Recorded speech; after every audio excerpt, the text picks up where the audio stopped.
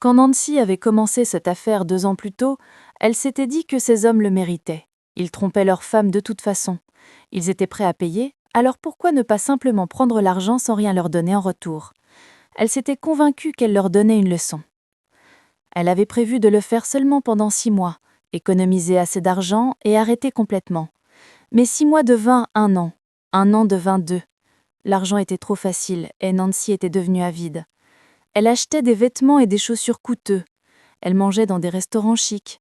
Elle envoyait de l'argent à sa mère au village et lui disait qu'elle travaillait comme gestionnaire d'hôtel.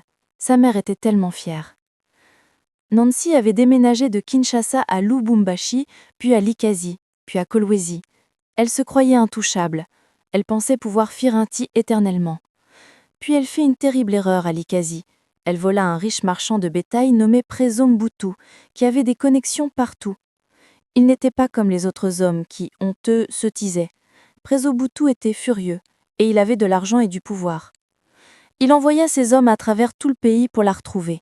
Ils montrèrent sa photo aux chauffeurs de taxi, aux employés d'hôtels, aux vendeurs de rue dans toutes les grandes villes. Il leur fallut 3 mois, mais ils finirent par la retrouver à Kasumbalesa, où elle tentait d'attirer une nouvelle victime devant une boîte de nuit. Nancy les vit arriver et elle se mit à courir.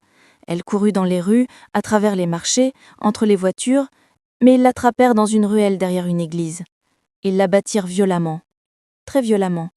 Elle pensa qu'elle allait mourir là, sur place. Une femme qui passait entendit les cris de Nancy et appela à l'aide. Quelques jeunes du quartier arrivèrent et mirent en fuite les hommes de Prezo Mbutu.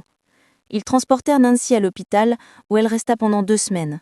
Les frais médicaux avalèrent presque tout l'argent qu'elle avait économisé grâce à ces arnaques. Nancy apprit à la dure que chaque action a ses conséquences.